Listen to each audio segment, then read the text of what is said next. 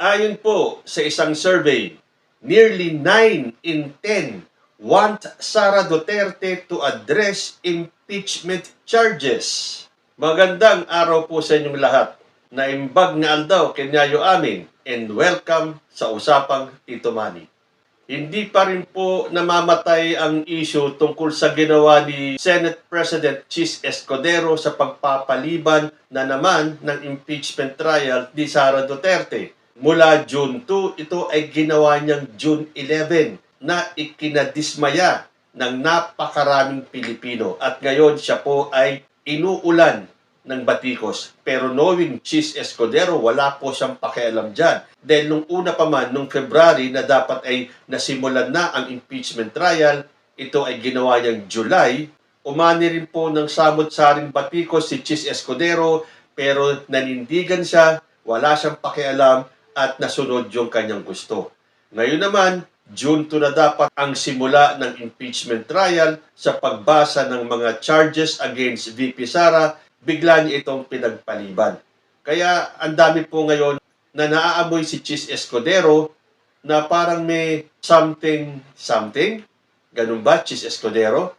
Anyway, kung may binabalak po si Chis Escudero na huwag ituloy ang impeachment trial, tandaan mo, Chis, 9 out of 10 ng mga Pilipino ang gustong harapin ni Sara Duterte ang kanyang impeachment trial. At ilan po ba yan sa porsyento ng mga Pilipino? Tinanong po sa isang survey kung dapat bang i-impeach si VP Sara, 88% ng Pilipino, oo ang sagot. Napapaisip tuloy ako saan kaya kinuha ng Pulse Asia yung kanilang survey na 50% ang tiwala ng taong bayan kay Sara Duterte. 50% ang may tiwala, pero 88% ng Pilipino ang gustong ma-impeach si VP Sara. Well, ulitin po natin, na-impeach na po si VP Sara. Ang kailangan na lang po ay ma-convict. Dahil 9 out of 10 ng mga Pilipino ang gustong mapanagot si Sara Duterte. And surprise of all surprises, diyan po sa 88% ng Pilipino na gustong ma-impeach si VP Sara, isa po dyan, si Sara Duterte mismo. Dahil ayon dito sa GMA News, VP Sara compares impeachment trial to crucifixion. Ito na naman ang mga Duterte family. Inihahantulad na naman ang buhay nila sa mga kaganapan sa Biblia. Ngayon, kahit na anong pagtatakip ninyo, wala na, buko na kayo. Basang-basa na kayo ng buong mundo. Matapos murahin ni dating Pangulong Rodrigo Duterte ang Panginoon, tawagan niyang stupid God, at ipinangako ni Digong na sama-sama sila ng mga DDS sa impyerno, na kung saan ang presidente ng impyerno ay ang kanyang anak mismo na si Sara Duterte. Hindi po chismis yan. Hindi po natin sinisiraan ng mga Duterte dahil galing po yan mismo sa bibig nila. Yan po ang iginigiit ng mga DDS. Bakit daw sinisiraan ang mga Duterte? Yan ba ay paninira? May ebidensya po tayo. Galing mismo kay Digong nung sinabi niya na God is a stupid God. Stupido talaga yung PI na yan. Nung sinabi ni Sara Duterte na pagdating sa impyerno, siya pa rin ang presidente noon. So ano ang paninira doon? Hindi tulad ng ginagawa ng mga DDS, kesyo bangag daw si BBM, ngiwi na hanggang ngayon, yun ang kanilang naratibo. Mula nung umpisa ng eleksyon na sinimulan niya ni ex-president Digong na meron daw tayong presidentiable na nagko-cocaine. Hanggang ngayon, yan pa rin ang gamit ni Maharlika at ni Harry Roque, yung bagag-bagag na yan, ngiwi-ngiwi na yan. Dahil yan po ang modus operandi nila. Pag-usapan po natin yan sa next episode. So, alin doon ang paninira? Yung ginagawa ng mga DDS, yung nagtatanim ng intriga na wala namang ebidensya. Yung bangag-bangag issue na yan. Asa ng ebidensya nyo? Yung peking polvoron video? Yung sinasabi ni Cathy Binag na nagpo-cocaine, hindi lang si BBM, kundi ang buong pamilya? Tapos nung tinanong ni Maharlika si Cathy Binag kung nakita niya, hindi daw. Hindi naman pala nakita Paano niya sasabihin na alam niyang nagko-cocaine yung pamilya pa mismo? Yan ang mga DDS. Nagbibintang, naninira ng walang ebidensya. Hindi tulad ng sinasabi natin. Hindi po paninira yung sinabi ko dahil mismong galing kay Digong. Nung minura niya ang Diyos, tinawag na stupid God, at nung sinabi ni Sara Duterte na siya ang presidente ng impyerno.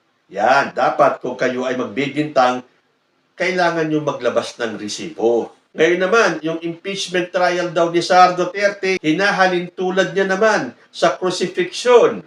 Vice President Sara Duterte likened her upcoming impeachment trial to a crucifixion as she celebrated her 47th birthday in The Hague, where she joined a rally in support of her father, detained former President Rodrigo Duterte. Sige, mag-rally kayo na mag-rally dyan. Hanggang 30 years kayo dyan, ha? Huwag kayong aalis dyan. Hintayin yung lumabas si Digong. Sabi pa ni Sara Duterte sa media, it is a persecution, some sort of crucifixion. So when there is crucifixion, there is blood. So it is a bloodbath.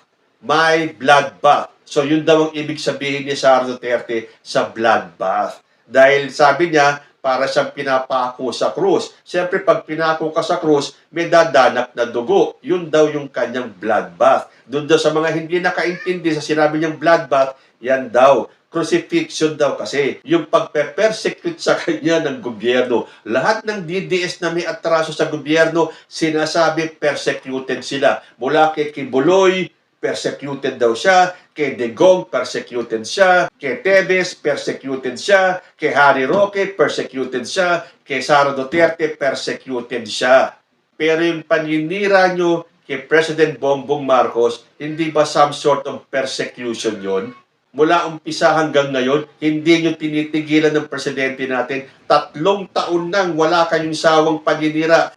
Pero 3 taon ng presidente natin si PBBM pa rin. O sige, huwag kayong magsawa dahil hindi naman magsasawa si President Bongbong Marcos maging presidente. Dahil sabi niya, hindi siya magre-resign. So kahit na anong gawin yung drama, sarsuela, gimmick, or kung ano-ano pa, hindi nyo mapapababa si President Bongbong Marcos. So yun daw impeachment trial ni Sara Duterte ay parang crucifixion na siya ay ipinapako sa krus. Dapat lang. Tandaan po natin, hindi po porke sinabing pinako sa krus si Jesus na kagad. Nung panahon po ni Jesucristo, isang parusa po sa mga kriminal ay ang ipako sa krus. At ano bang pinalalabas ng House of Representatives kay Sara Duterte? Hindi ba kriminal? Hanggat hindi niya sinasagot ang mga aligasyon sa kanya, ang tingin sa kanya ng taong bayan ay kriminal. At tama nga na ipako siya sa krus. At lahat sila sa DDS camp, porke nasusukol na sila, isa-isa na silang bumabagsak. Ang kanilang alibay, political persecution. Nako, sawang-sawa na kami sa drama ninyo. Kung yung dalawang mataas na leader ninyo, si Kibuloy at si Digong, bumagsak na, kayo pa kaya mga alipores lang? So, nung tinanong si Sara Duterte tungkol dun sa recent social weather stations o ng SWS survey kung saan 88% ng respondents ang nagsabi na importante para sa kanya o kay Sara Duterte na harapin ang impeachment proceedings at sagutin ang mga aligasyon ng korupsyon.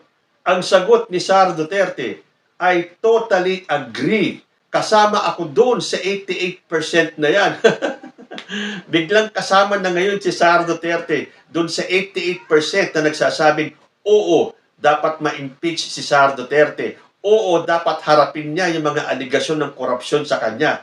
At oo, dapat siyang makonvict. Nagpapasalamat pa siya sa oportunidad na malinis ang kanyang pangalan at masagot ang mga akusasyon sa akin. Sabi pa niya, abay, dapat lang. So, narinig mo yan, Chis Escudero. Sinabi na ni Sara Duterte, pagkakataon niya na malinis niya ang kanyang pangalan. Dahil kung hindi niyo itutuloy ang impeachment na yan, na parang sinasabi na nila na guilty si Sara Duterte. Pero na mismo nagsabi na isa siya doon sa 88% ng mga Pilipino na nagsasabing dapat harapin niya ang kanyang impeachment trial para malinis niya ang kanyang pangalan. Sana nga, ito na nga ang pagkakataon na ibinibigay masyado naman winiwindang ni Chis Escudero ang taong bayan So tandaan mo yan, Chis Escudero huwag kang mag-iisip na hindi ituloy ang impeachment trial na yan. Dahil yung 88% ng mga Pinoy, siguradong makakaharap mo yan. Again, pinagtataka ko talaga yung Pulse Asia na yan. 50% daw ang tiwala ng Pilipino kay Sara Duterte, pero 88% naman ng Pilipino gustong harapin ni Sara Duterte ang kanyang impeachment. At kasali daw si Sara Duterte doon sa 88% na yan. So sige, pagbigyan na natin. Pinuspon ni Chis Escudero sa June 11 ang umpisa ng impeachment trial o yung pagbasa ng mga charges laban kay Sara Duterte. Last mo na yan, Chis Escudero. Huwag mo nang subukin pa kung ano yung binabalak mo sa impeachment trial dahil talagang taong bayan na ang makakalaban mo. At kasama sa taong bayan na yan, yung 88%, si Sara Duterte dahil sinabi nga niya, kasama siya dun sa 88% na gustong harapin niya ang impeachment trial. So, abangan po natin sa June 11 yan. Pero bago tayo magtapos, matapos pong masama ang pangalan ni Marian Rivera at ni Chel Jokno doon sa mga taong tumanggap ng confidential funds ni Sara Duterte, aba, nadagdagan na naman po yan. And this time, lalong nagiging katawa-tawa yung mga pangalan na nasasangkot at tumanggap di umano ng pera mula sa confidential funds. Sabi po rito sa balita, may bagong pasabog sa confidential fund Cinematic Universe. This time, starring characters straight out of a cafe menu, the Senate floor, and your local grocery list. Alam na po natin yung mga pangalan na Mary Grace Piatos, Xiaomi 8, Beverly Claire Pampano. Parang galing sa grocery na palengke to ah. Ngayon naman, lumitaw ang mga pangalang may apelyido ng mga kasalukuyang senador, gaya ng Beth Revilla, Janice Marie Revilla, Diane Maple Lapid, John A. Lapid Jr., Clarice Hontiveros, Christine Applegate Estrada, at Denise Tanya Escudero. Hanggang Senado po, hindi na pinalampas nitong budulgang. Dinadamay pati mga apelyido ng ating esteemed senators. Ganyan po kagarapal ang listahan ng supposed beneficiaries ng OVP confidential funds. Yan po ang sabi ni Congressman Paulo Ortega.